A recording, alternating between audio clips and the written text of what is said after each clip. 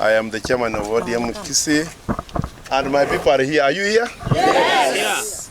My people are here today, and the issue we are raising is the constant and warranted attack on our governor, His Excellency Hon Simba. We are incensed. We are not happy.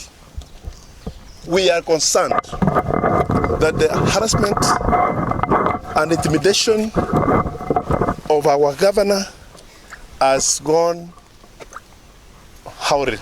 We cannot describe it. We can't condone it any further. They started slowly. They even went to the stadium. They even went to his home. Now they are threatening to get hold of him. We have no problem if he has committed an offense. But now that he has not committed any offense, which we know, we want to demand answers. Why is the government, and particularly the CCIO, the count commander, the count commissioner, and the other officials here in Kisii and in Nairobi, why are they interested in Simba? Yes. What is the problem? Has he killed anybody? Yeah. Has he killed anybody's child? Yeah. Why are they interested in Simba? Simba is one out of 47 county governors. Yes. What crime has he committed? We want to know. And these people, they are very interesting. They simply come, when you ask them, Simba asks them, what are you doing? They say, we are relaxing.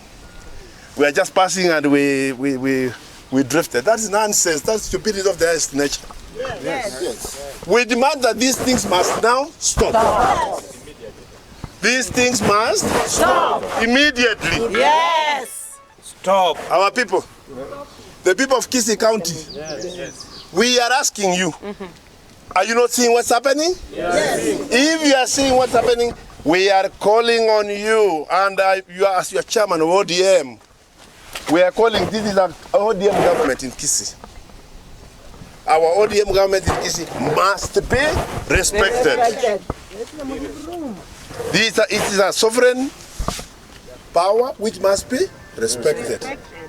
So from Friday, 29th, 19th, I am asking my people, please come out. You don't have to come to Kisii town.